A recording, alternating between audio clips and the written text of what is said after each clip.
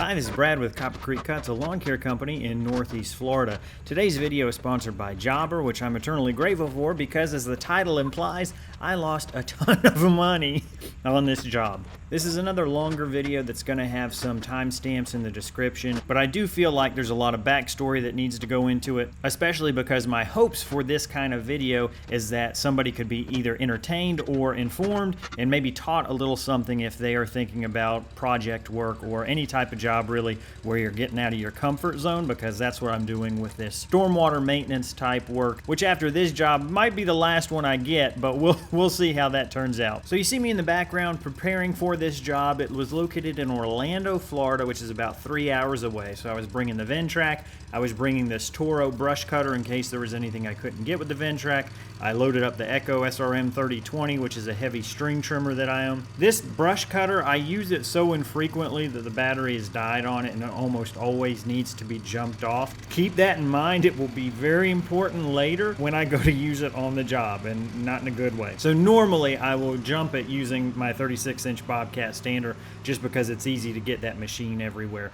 But yeah, so loading that up is part of it, and that's one of the first things to touch on with this project type work is that, and I'm learning it, but if you don't account for the hours that it's going to take to prep for a job, especially like one that's 3 hours away where you really have to bring everything you need and then everything you might need and then think about what you forgot and bring that too. I want to say somewhere between 3 and 4 man hours it took to load everything up to get ready for this job. Now, that includes the actual loading, of course, but then it also is me sitting down and thinking, okay, what parts am I going to need? What could potentially go wrong? What redundancies am I going to build in? What's a list of the hand tools I need? What's a list of the power equipment? You see me loading the dual wheels. Am I going to need the dual wheels? If I need them, do I have the hand tools that I need to put them all together? And then you got to, load everything and strap it down. So it's really a whole process. And at the beginning, I didn't factor that into pricing. The issue is if you don't, like for somebody like me, it's not the end of the world, right? Because I'm not paying out an employee, so it's not like I'm incurring costs. But if you think that way, then you're going to shortchange yourself, because if you own a business and you are working, you should be getting paid, even if it's this kind of work where it's not billable time. If you're just loading up, that's still something you should be making money for, at least in my opinion. And I think if you want to have a successful business that has the money it needs to, pay insurance, put money in the bank for equipment replacement costs and maintenance and all those kind of things, you can't just bill for the time that you're working. I think if you do, you're going to be missing out on a lot of potential revenue that could be helping your business, and I think you might actually be hurting yourself. For this job, the Ventrac was an absolute must. I was obviously going to need it, the dual wheels, and the Tough Cut deck. So right now I'm disconnecting the finish mower deck and then hooking up the Tough Cut. All that stuff, it does take time, but it's not a ton, maybe 5 or 10 minutes to swap all those out. Moving the attachments can be kind of a pain. Though decks with wheels on them are not that big of an issue. You can push them around pretty easily on hard surfaces. So now a little bit background on the stormwater management thing. That is when you go into a place and you see, like a retention pond or a retention basin, that's the kind of work we're talking about. Basically, it's the places that handle rainwater and the runoff that comes from them. So most of the time, those are going to be grassy areas that are very steep, and so this kind of a machine, it's more of a specialized thing, and so I've been getting some work from a contractor who does that nationwide. And so in Northeast Florida, and now I'm in Orlando, so that's a little bit further south, they've been giving me some work. And like I said, that after this video, this is probably going to be the last job. I wouldn't be surprised if it was, because things did not go very well here. But ultimately, that's my fault, and so that's another thing we'll get into, is the biggest mistake that I made, which if that's the only reason you're watching the video, I'll go ahead and tell you right off the bat that the issue that messed me up on this job was that I accepted it based off of pictures alone. So they sent me 50 or 60 pictures of the whole project and the job and all that stuff. And I looked at those pictures, I looked at satellite, and I said, yeah, that looks completely doable. When it comes to lawn care, I never bid a property without looking at it. Or if I do, I say, hey, if it's tall when I get there, it could be up to double or triple or, whatever it ends up being. But in this case, because I was coming fresh off of that job, which you may have seen a video on, the one where I did that huge retention basin clean out, I was living large and I was like, oh yeah, I can do anything. This is going to be cake compared to that other thing. Yeah, my pride was definitely talking to me a little bit like, yeah, you can do that. That's not a problem. I wish I would have listened more to my wife. She was like, are you sure? That looks pretty bad. And I'm like, oh no, it's not going to be bad. Don't worry, I got this under control. And I mean, Orlando's 3 hours away from me, right? So instead of driving down there and taking a look at the property, which I'm not sure, all things considered, I'm not sure if I would have if I could do it over again. We'll get into that later too. So anyways, you can see I am shoving everything into the truck and trailer. I had the multi-quip dewatering pump because there was a lot of water that we needed to get out so we could get to some of the other growth that was there. Another big part of this job, and this is where a lot of the costs came in, was this spreader that you see me assembling and the 2 bags of grass seed next to it. So those bags of grass seed were almost $100 a piece, and the spreader was somewhere between $150 and $200. I spent $300 for materials on this job, and I don't have a supplier for this kind of thing, so it was just retail prices at Tractor Supply. But because the job was many thousands of dollars, it was another one of those things where it's paying really well. I'm okay taking on some things that are outside of my experience because of the fact that seeding grass had to be done. So yeah, all that stuff got loaded up. The next morning it's 4 o'clock in the morning, so we go ahead and hit the road and take the 3 hours. Ends up being a little bit longer with bathroom breaks and breakfast. And so now here we are at the site and we are going ahead and unloading everything. There was actually the folks who do the lawn care, they were there that day. So that's who I was talking to and saying hey to. This was an area that they just didn't mess with, this back retention basin. But again, when you get there, it's not just, all right, now you showed up, start working. There's about 30 or 40 minutes of setup you've got to do. So I can cover my bases, and so the contractor can cover theirs. I've got to set out all these cones. I've got to rope everything off. I've got to make sure things are safe and that pedestrians can't just walk into the working area. I've got to unload everything off of the trailer. So there's a whole lot of non-work time involved that in these projects, I'm still discovering, oh, this was an hour that I didn't think about. Oh, this was 30 minutes that I didn't think about. So you really need to, especially if you're getting into this line of work or if you're getting into projects, say, what are all the things that might take time? And just list them out as best you can and estimate. You're not going to get it right the first time. You're not going to know where all the time sinks are. But if you at least run through the whole day in your head, you might have an idea of, well, this might take some time and this might take some time. And again, even if you're solo, you want to be getting paid for that stuff, because if you go a whole day and you've got 4 or 5 hours of non-work time in a project that you're eating, you're not going to be as profitable as you can be, and you're not going to have the money on hand you need when things go wrong. Finishing hooking up the Tough Cut deck. Again, this Tough Cut deck handles stuff up to 2 inches, but we don't have that kind of brush. It's mainly tall grass. This does really well with that too. So this is what that finished product of making sure everything's roped off looks like. And it doesn't seem like it takes a long time, but yeah, it's like 5 to 10 minutes of getting all that stuff done. And now you'll finally see the retention basin itself. So gate doesn't really open up. It's like held on by ratchet straps. It's kind of a joke here. What I found in a lot of these retention pond areas is that businesses do not really care about them until somebody makes them care. So I've tried to pitch this kind of work in the town that I live in, and nobody ever bites because it's not inexpensive work. And it's one of those things where the people working in the stores, they don't have any control over whether or not they can hire you for that job. And the property managers who are, thousands of miles away at some corporate office, they don't care about how the property looks unless the city or the county is getting onto them. So this was an instance where there were some violations that I think were going to be in order. So it was a little bit of a rush job too. And that also made the fact that I couldn't do it and that the wheels fell off of this job a little bit more embarrassing for me. But the good news was this had to be done by the end of October, right? They got a notice of violation, and by October 30th or 31st, maybe, it was going to be due. I got contacted, I think, the first week in October about doing this, and they said, hey, it's kind of a rush job because the client is going to be getting fined by the city if they don't do it.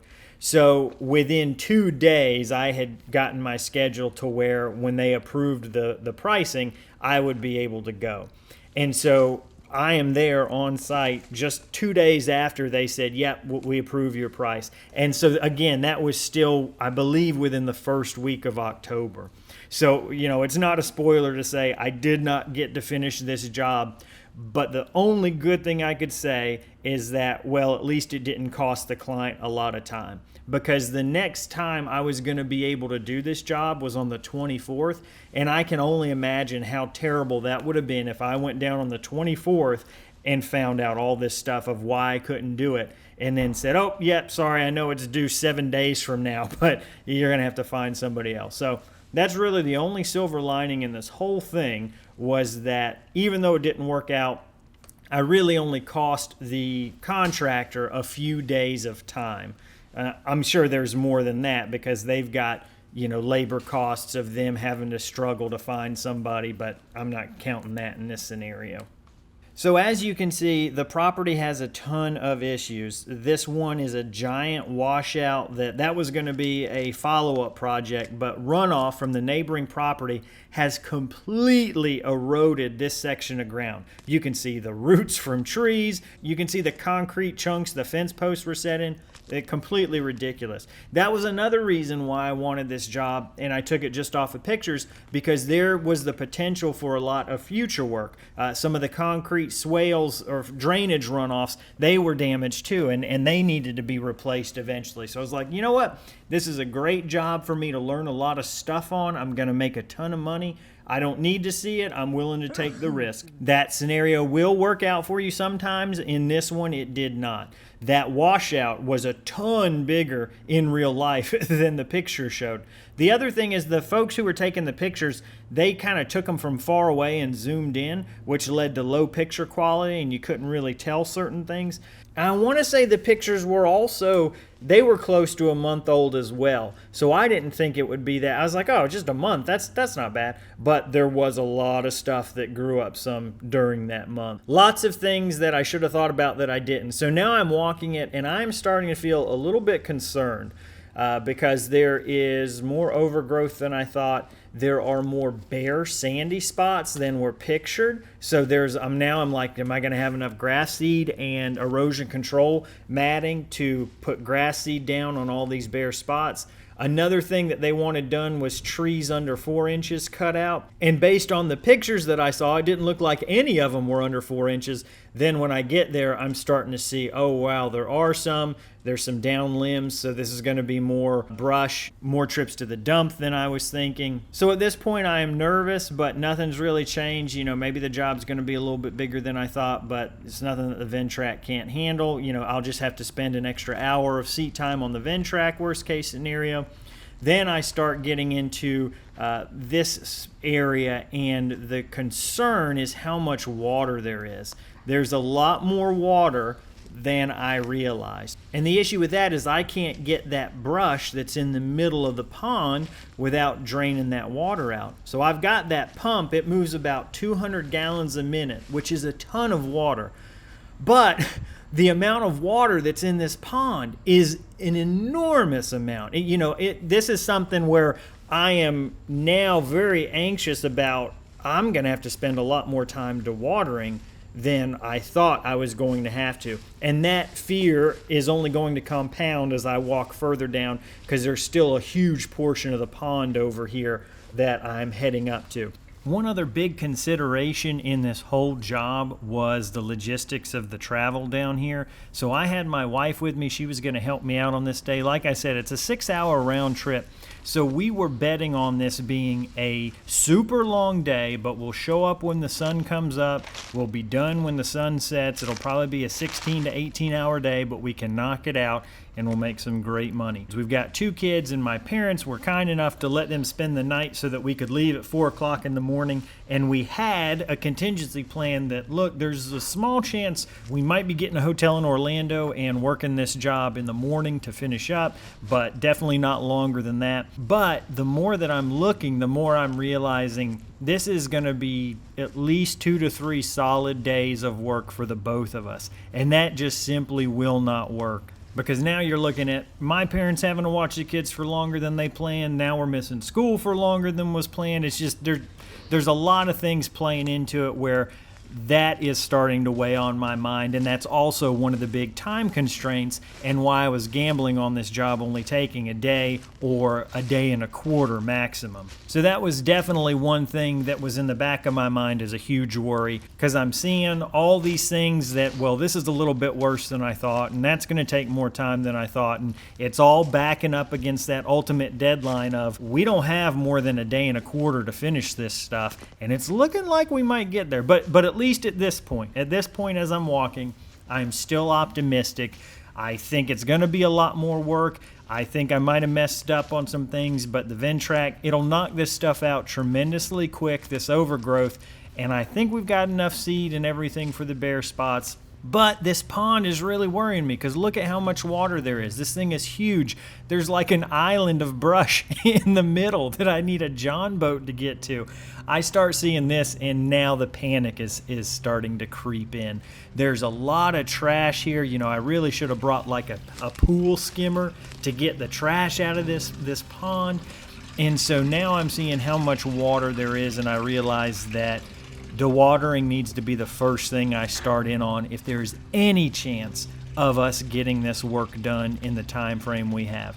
There's down fences everywhere. That was going to be another component of a follow-up. We would repair all those fences. So again, there was just a lot in this job where I was looking at all the upsides. Yeah, we're going to be able to repair concrete. We're going to repair the washout. We're going to repair the fencing. We're going to make a ton of money. And I was not looking at the downsides. The pictures are a month old. Maybe the growth is a lot worse. I can't really tell how much water is going to need to be drained. I could be dewatering for just a couple days with the pump that I have. And there's a lot of trash. That trash is going to need a boat to get picked up, or you're going to have to drain everything out and then pick up all the trash. Who knows how long that's going to take? Definitely a lot of red flags that I ignored or just did not even consider. So now here down at this end of the pond, I am really starting to be a little bit flustered. I'm realizing now I missed a lot of stuff when I was looking at the pictures. And I really wish I would have listened to my wife, because as she was seeing those pictures, she was throwing red flags up and saying, how old are those pictures though? Don't you think there's going to be some extra growth? And I just was, it's nothing's really growing. It's September. Things are slowing down. And she said, well, that looks like a pretty steep stuff. Are you sure? And I was like, oh no, don't worry. The Ventrac can do everything. And so I'm definitely going to listen to her next time. So now I start the long walk back, and nothing's really changed as far as the plan. I'm just thinking everything's going to take a lot longer than I anticipated. The first thing I want to do is get that dewatering pump set up. That's going to be 30 or 40 minutes of pulling it all the way back here on that little hand cart, getting all the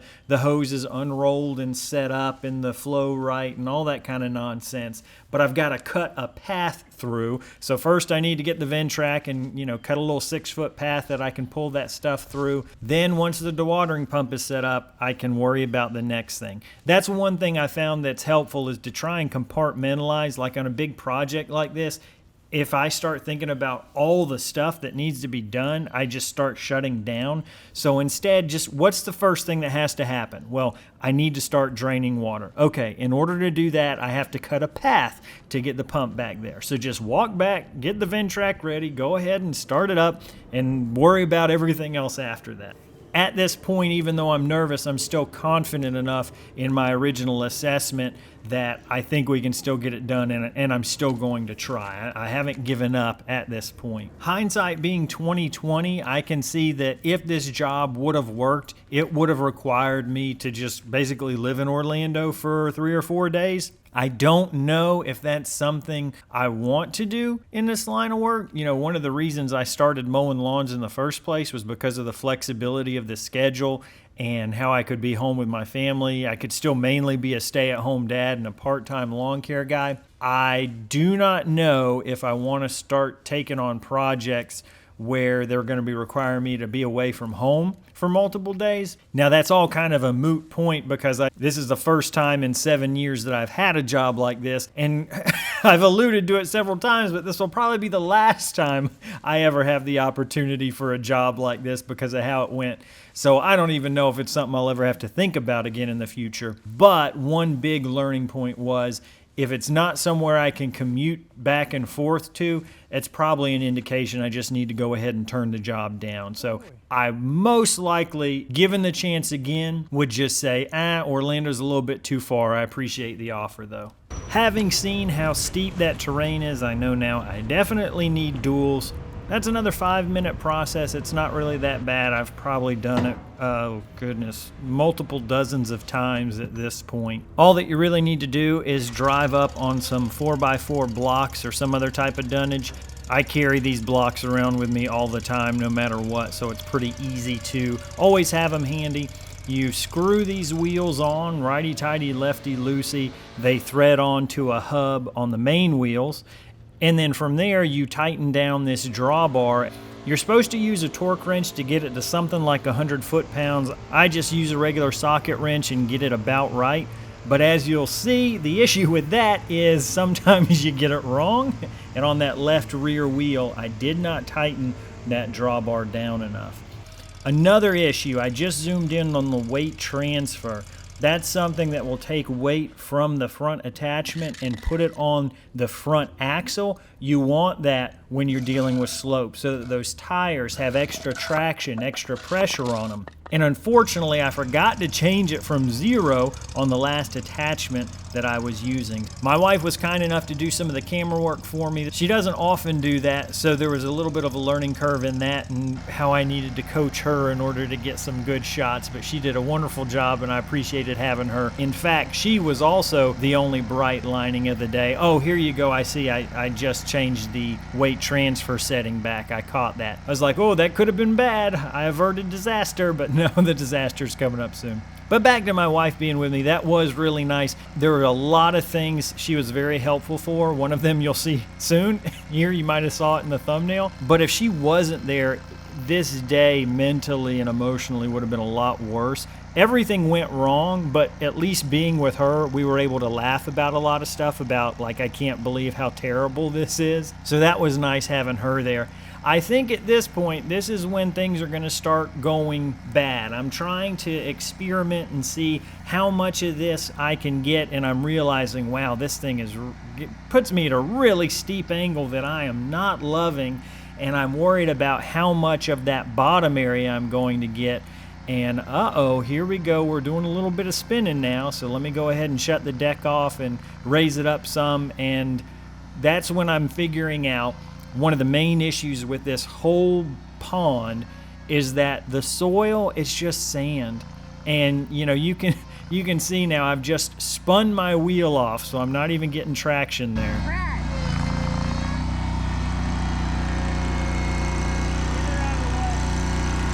So here we are, not even, 2 minutes into starting, and I've stuck the machine. So you can imagine how frustrating that is. Here I'm going to spend a couple minutes trying to wiggle it out.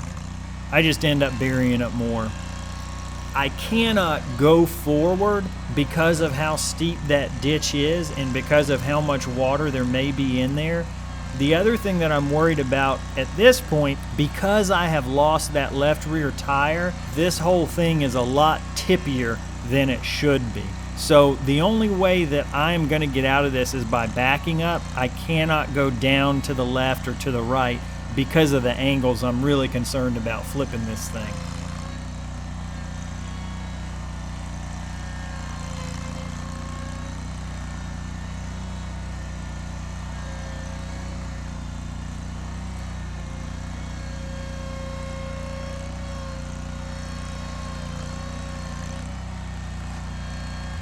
Maybe if I just dig some of this soil out, it'll let me get unstuck.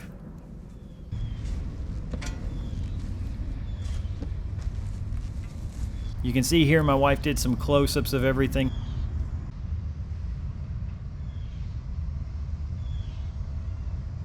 Here's a nice artistic one with a little bug.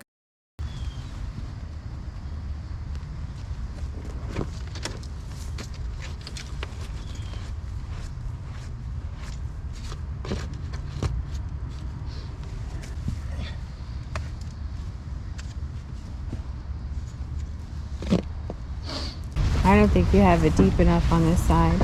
I don't think so either, babe, but I'm just gonna try. But I thought if I dug some stuff out, maybe I'd have a chance. At this point, the angle is just still too steep of the amount that I've done.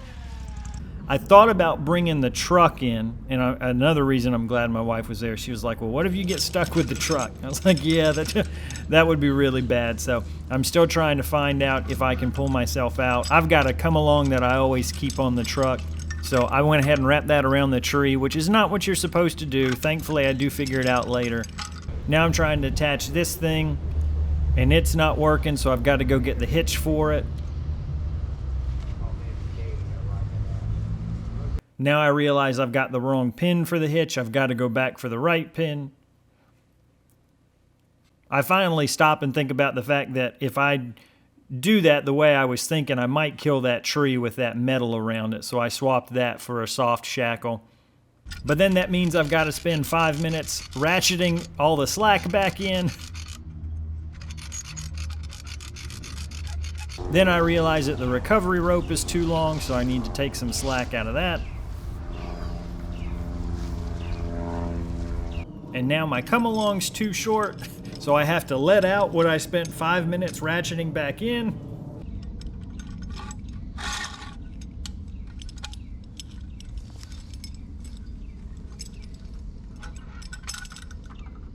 So finally I figured out how to get all this stuff attached so I don't kill the tree. So I've got the right amount of slack. And now this is where if I didn't have my wife here, I probably would have had to go get the truck and try and pull it out, because I couldn't have done this without her.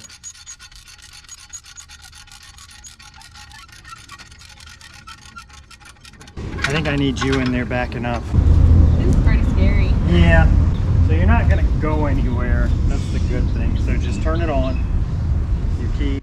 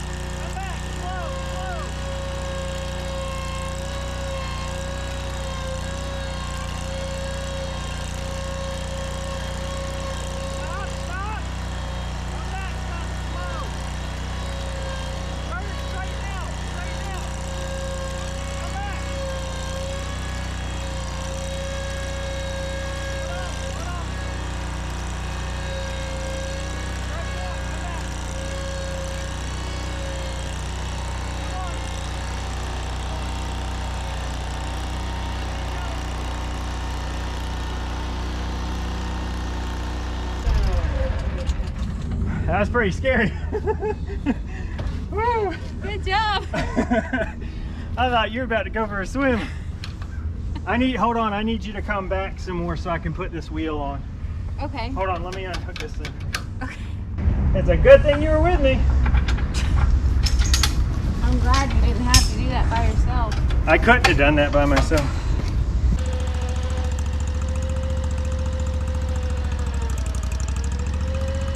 More. Okay. Yeah, turn on. Ooh.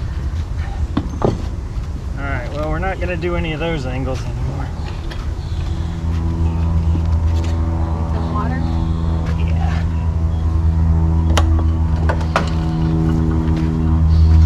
that you? Probably. So I'm finally unstuck and I can get back to work, right? Well, only for a few minutes until I realize that there is a stand of trees and they are spaced in such a way that I cannot actually fit my Ventrac any further past the point it's at here, unless I feel like risking driving it on the side slope, which looks to be the same angle as what that sandy shelf just dropped out of me on, and I could be sticking this thing in a worse spot. So this was the first super real gut punch of this whole thing, is realizing my Ventrac will not fit. If you're looking at the opposite bank, that bank was way too steep to drive the Ventrac on as well, even if the soil wasn't an issue. So this really stinks. But you know what? I'm not a quitter. I'm gonna get this job done. I brought the Toro walk behind. This is not an ideal situation by any means. And again, we're just adding. It's gonna take even longer, but I'm gonna do my best and try and knock this thing out, even if it means I've gotta use this 28-inch brush cutter for the whole thing. So that's what I start doing. Now at this point, I'm in a pretty bad mental space and am really not happy about the fact that I took this job. But it's the same kind of thing that I talked about in that last one, right? So there's this point where all I can think about is how unhappy I am. But at the end of the day, I told these folks I was going to do this, and I owe it to them to try and do as much as I can with what I have. No, I can't use the Ventrac, but the Toro brush cutter is going to work fine. It's going to take a lot longer, but that's what this job calls for, so you got to man up and do it. This walk behind brush cutter is working really well for the grass. The issues that I'm starting to see, the slopey parts in this area, the tires on the Toro are having a hard time handling them. This is self-propelled, but I am still having to do a ton of effort to keep this thing on track. It's wanting to slide on the hills, it's wanting to slide on the sand, and as I am mowing, I'm realizing that maybe the Toro will do it, but it is going to be an insane amount of physical effort, especially compared to what I thought I was going to be able to do with the Ventrac. You can see me struggling with this hills and trying to get it up. The deck articulates, so it does bend some, but that doesn't really help me because it's just getting hung up on stuff, and there's no front wheels to this, it's just skids. So the rear wheels are the only thing that are driving this machine, and I am realizing, man, these slopes, it's just sliding on it. It's not holding them. I think at this point I thought something under the machine had been messed up, but it looked okay. I try and give a smile there, but I'm not feeling it. Got really difficult terrain like this washout that I had to get over. Again, I'm mainly just trying to cut a path to get that dewatering pump back there. But you can see I am trying to go uphill on this thing, and it is not wanting to hold that line at all. It's just sliding real bad. This isn't even the most challenging part of the terrain. There are slopes on 98% of what I haven't mowed that I'm going to have to deal with. And this is where I come to the realization that I will not be able to do this job. The only way I'd be able to is if I did it with a string trimmer. Again, I'm up against that logistics issue of there's only so much time for this. And maybe if it was just me down here and I had a hotel for 3 or 4 nights, I could do this all with just the string trimmer that I brought. For what I have planned, it is not going to work. So I shut the machine off. Keep in mind, the machine that has a bad battery. And I go talk to my wife and I'm like, all right, I don't want you to think less of me, but here's what's going on. The Toro is not working. I will not be able to do this except for hand labor. Will you think less of me if I call them and tell them that I just can't take this job? My wife, to her credit, was like, nope, I hoped you would have said that when the Ventrac got stuck. And then when we were done with the conversation, she said, is it an issue that you just shut that off? Because she remembered the battery was bad. I think I let out a curse word or two. So I did not even remember that. So I ran back over there, tried to start it up. Yeah, it was dead. I'll do voiceover for this later. I don't even have words for myself how stupid I am right now. So now I have to manhandle this thing. This 400 or 500 pound brush cutter. I have to pull it manually all the way back over that terrain that I could barely drive over when it was powered. This thing has just been such a comedy of errors that it really, like, it wasn't funny in a ha-ha way, but it was funny in like I cannot believe that I have allowed things to get so bad that this is the point we're at. And again, thank goodness my wife was there, because at least I could laugh about this with her. Come look at how I just backed this up. I managed to line it up so there's a stump on that one and a stump on that one. I'm the stupidest. You can't turn it around and just push it down. It's easier to pull than push. Okay. Maybe during this flat part I can, but on the uphills it's easier for me to pull it. Yeah, all right. Maybe not. No, it's easier to pull. Sorry. Those were a couple of examples of some of the things where having my wife made it go from, I can't believe this has happened to me, and being miserable, to, can you believe this is happening to me, and being something silly we can both laugh about. Her being there was the only good thing about this day. Without her to get me unstuck, I would have been in a lot of trouble. So I'm glad she tagged along. So as far as the finances of this job go, you saw I spent something like $350 at Tractor Supply. We ate breakfast and lunch on the road. I want to say that was probably 40 or 50 bucks between the two of us. It took an entire tank of fuel to get down and back, so I filled up. I believe that was about $120 for that tank. So roughly $600 out of my pocket that I lost on this job. The time was the bigger one, and the biggest potential cost will be my relationship with the contractor, which I'm sure is irrevocably damaged at this point. What are you doing? Good. Well, you're gonna hate me. So this is completely my fault because I went off of the pictures, and you know, because I couldn't really see the thing. But the Ventrac, which is what I was going to use for most of this, because of the way the trees are on one side and because of the way the ditch is on the other, I can't actually get it to most of it. So I was like, oh, that's okay, I've got the push behind, it's like a walk behind brush cutter. So I was like, oh, that's all right, I'll use that. But the slopes are so steep and it's so sandy that can't hold them either. So then at that point, it's just, I think it's gonna have to be like string trimming, and that is more than we've got the time for. So obviously there's not any charges on our end to you guys, because this is 100% my screw up.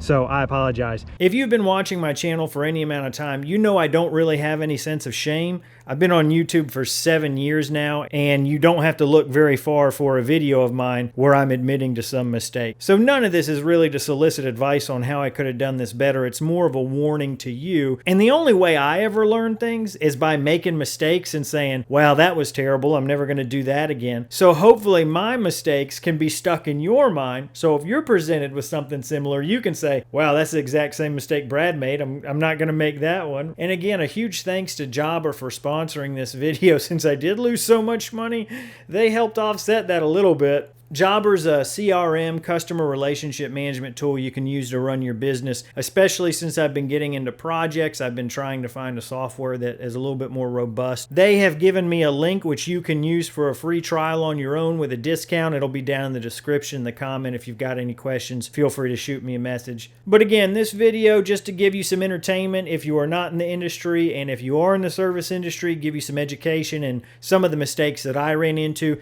to hopefully help you from making those mistakes and save you a little bit of money at some point down the road. As always, thanks so much for watching. I really do appreciate it.